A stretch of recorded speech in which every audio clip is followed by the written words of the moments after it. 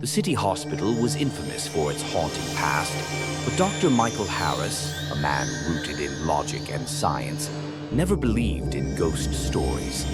He'd worked countless night shifts without encountering anything abnormal, until one fateful night. Michael was covering for a colleague on his night off.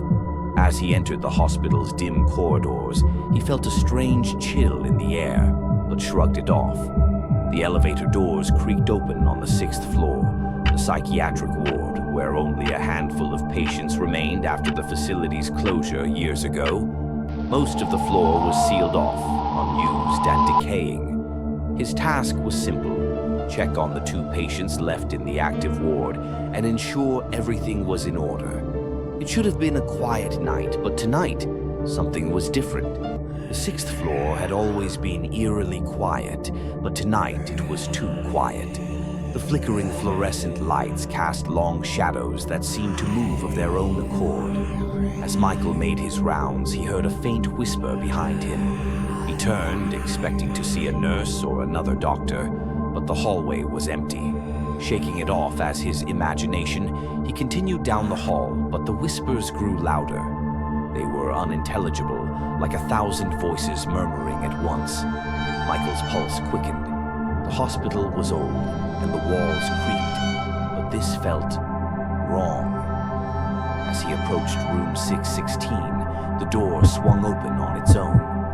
Inside was a patient he had never seen before, a young woman in a white gown, her skin pale, her eyes hollow. "Help me," she whispered. Michael froze. This patient wasn't in any of the charts or records he had reviewed. He quickly scanned the room for signs of life, vital monitors, IV drips, but there was nothing. The woman's eyes locked onto his, and he felt an overwhelming sense of dread. "I need help," she repeated, her voice growing weaker. "What's your name? How did you get here?" Michael asked, trying to maintain professionalism despite the rising panic inside him. The woman's face twisted in pain. "They forgot me," she whispered, her eyes filling with tears. "He's coming for me. And for you." A loud crash echoed from the hallway. Michael spun around but saw nothing. When he turned back to the woman, she was gone. The bed was neatly made, as if no one had been there at all. His hands shook as he grabbed his phone to call for help, but the line was dead. The lights flickered again, and a sudden coldness swept over him. Something wasn't right. Michael rushed to the nurse's station, but found it abandoned. The security monitors displayed only static. He tried the phone again, but still no signal. His heart pounded in his chest as he felt the cold air thickening around him. Then he saw it, a dark shadow moving at the end of the hallway. It was a figure, tall and misshapen, with glowing red eyes staring directly at him. The whispers returned, louder now, echoing through the walls. "Get out," the voices hissed. The figure approached, its footsteps heavy, leaving a trail of icy mist in its wake. Michael backed away, feeling the walls closing in on him. He ran toward the stairwell, desperate to escape, but when he reached the door, it was locked. The figure was closer now, its breath visible in the freezing air. He slammed his fist against the door, screaming for help, but there was no answer.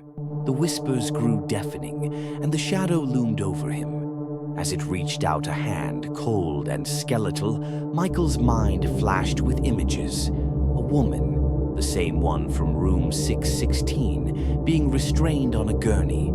Doctors surrounded her, injecting her with something, while she screamed in agony. "They forgot me," her voice echoed in his mind. "He'll come for you too." Suddenly, everything went dark. Michael awoke on the floor, drenched in sweat. The lights were on, the hospital was bustling with activity, and the eerie quiet had vanished. He staggered to his feet, still trembling from the encounter. When he asked the nurses about room 616, they stared at him in confusion. "There's no room 616, one of them said. "That part of the floor has been sealed off for years."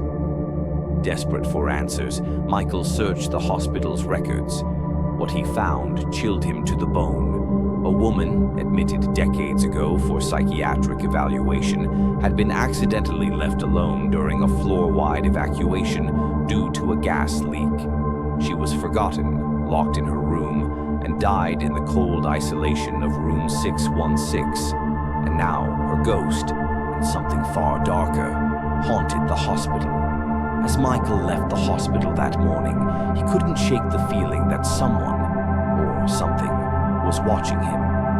In the reflection of the hospital's glass doors, he saw her, standing behind him with the shadow by her side. She had warned him, but it was too late. He knew the truth now, and soon they would come for him.